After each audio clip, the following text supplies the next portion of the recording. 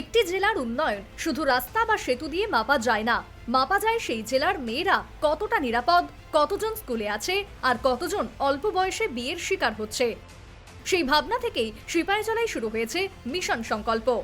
তোমরা যারা আসছে না ওদেরকে এই কথাটা অবশ্যই বলে দেবে এবং বলবে স্কুলের মধ্যে সময় মতো আসার জন্য আর পড়াশোনাটা কন্টিনিউ করার জন্য। সিপাহীজলায় বাল্যবিবাহের হার ছিল 51.9%। প্রতি 2 কিশোরীর একজনের বিয়ে হচ্ছিল 18 বছরের আগেই। 2024 সালের 9 ডিসেম্বর শুরু হয় মিশন সংকল্প। লক্ষ্য 2027 সালের মধ্যে বাল্যবিবাহ ও কিশোরী গর্ভধারণ মুক্ত জেলা। এই প্রকল্পের গুরুত্বপূর্ণ ভূমিকা পালন করছে শিক্ষা দপ্তর। সিপাহীজলা জেলা শিক্ষা দপ্তরের ডেপুটি ডিরেক্টর মোহাম্মদ সেলিম জানান, আমাদের স্কুলগুলোতে প্রথম একটা শপথ নেওয়া হয় প্রতি সপ্তাহের কোনো একটা দিনে বাচ্চাদেরকে এই অ্যান্টি চাইল্ড ম্যারেজের একটা শপথ নেওয়া হয়, বাচ্চারা যাতে বুঝে জানে। এটার মধ্যে অনেকগুলো কথা আছে, ইম্পর্টেন্ট কথা কি হতে পারে চাইল্ড ম্যারেজ হলে পরে। প্রকল্প শুরু হওয়ার পর থেকে এখনো পর্যন্ত 264টি সম্ভাব্য বাল্যবিবাহ প্রতিরোধ করা হয়েছে।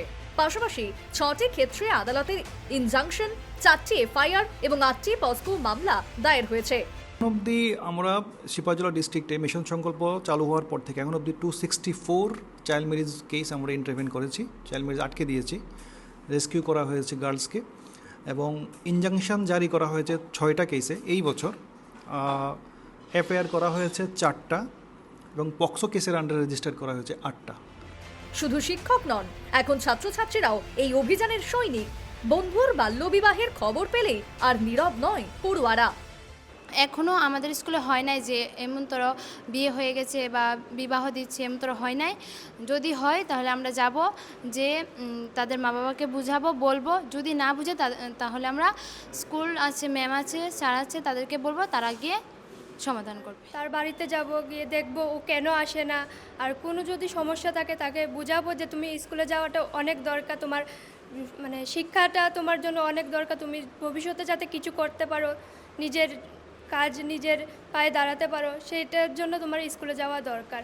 সিপাহীজলা জেলার chief medical officer doctor Debashis Das জানান, বাল্যবিবাহ রোধের পাশাপাশি কিশোরীর গর্ভধারণ কমানো মিশন সংকল্পর অন্যতম লক্ষ্য। তো এখানে অন্য সব ডিপার্টমেন্ট নিয়ে, শুধু এটা কেবল ডিস্ট্রিক্ট অ্যাডমিনিস্ট্রেশন বা হেলথ এমন না, এখানে education department, social education department and other all departments একসাথে হয়েই মানে এই প্রকল্পটা আমরা হাতে নিয়েছি এখানে। তো এখানে বিশেষ করে যে হেলথের পার্টটা আমরা যেটা বলছি আমি, অ্যাওয়ারনেস তো বটেই, তার সঙ্গে সঙ্গে আমরা টিনেজ প্রেগনেন্সিটা কীভাবে কমানো যায় সেদিকে আমাদের লক্ষ্য। উদ্ধার হওয়া কোনো শিশুকেই শুধু বাড়ি পাঠিয়ে দায় শেষ করা যায় না। তাদের আইনি সুরক্ষা, কাউন্সেলিং এবং ভবিষ্যৎ নিশ্চিত করতে সক্রিয় থাকে চাইল্ড ওয়েলফেয়ার কমিটি। বাচ্চাটাকে রেস্কিউ করার পরে সিডব্লিউসিতে প্রডিউস করা হচ্ছে। তো প্রডিউস করার পরে আমরা প্রথম বাচ্চাটার সাথে কথা বলি, যেটা আমাদের প্রথম কাজ। যে কোনো একটা বাচ্চা যখন কোনো একটা নতুন জায়গায় আসে, ওকে ফ্রেন্ডলি হওয়াটা খুব দরকার। এই বাল্য বিবাহ এবং টিনেজ প্রেগনেন্সির হার অনেকটাই কমেছে এবং প্রশাসন আশাবাদী আগামী 2027 সালের মধ্যেই সেটাকে শূন্যের কোঠায় নিয়ে আসবে। নিঃসন্দেহে শুধু রাজ্য নয়, গোটা দেশের জন্য এই মিশন সংকল্প ক্রমশ হয়ে উঠছে একটা অনুপ্রেরণার বিষয়।